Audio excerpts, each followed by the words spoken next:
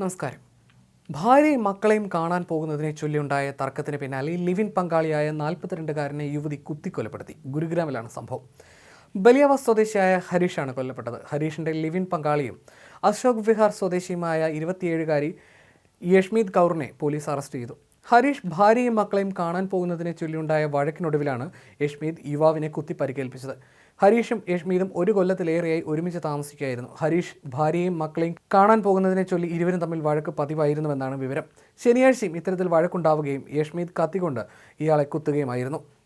ഗുരുതര പരിക്കേറ്റ ഹരീഷ് ചികിത്സയിലിരിക്കെയാണ് മരിച്ചത്. അറസ്റ്റിലായ യഷ്മീതിനെ പോലീസ് ചോദ്യം ചെയ്തു വരികയാണ്. അതേസമയം കുത്തേൽക്കുന്നതിന് തലേന്ന് ഹരീഷ് തന്നെ കാണാനെത്തിയിരുന്നുവെന്നും 7 ലക്ഷം രൂപ വാങ്ങി മടങ്ങിപ്പോയെന്നും ഹരീഷിന്റെ ബന്ധുവായ ഭരത് പറഞ്ഞു. വിജയ് എന്നയാളാണ് ഹരീഷിനെ കാറിലെത്തി കൂട്ടിക്കൊണ്ടുപോയത്. തൊട്ടു പിറ്റേന്ന് രാവിലെ 7 മണിയോടെ യഷ്മീത് തന്നെ വിളിക്കുകയും ഹരീഷ് മരിച്ചതായി അറിയിക്കുകയും ചെയ്തെന്നും ഭരത് കൂട്ടിച്ചേർത്തു. ഹരീഷിനെ കുത്താൻ ഉപയോഗിച്ച കത്തിയും കണ്ടെടുത്തിട്ടുണ്ട്. വിജയിനെയും പോലീസ് ചോദ്യം ചെയ്യുന്നുണ്ട്. എന്തിനാണ് ഭരതിൽ നിന്ന് 7 ലക്ഷം രൂപ ഹരീഷ് വാങ്ങിയത് എന്നതിനെക്കുറിച്ച് ഇയാളോട് ചോദിക്കുമെന്നാണ് വിവരം.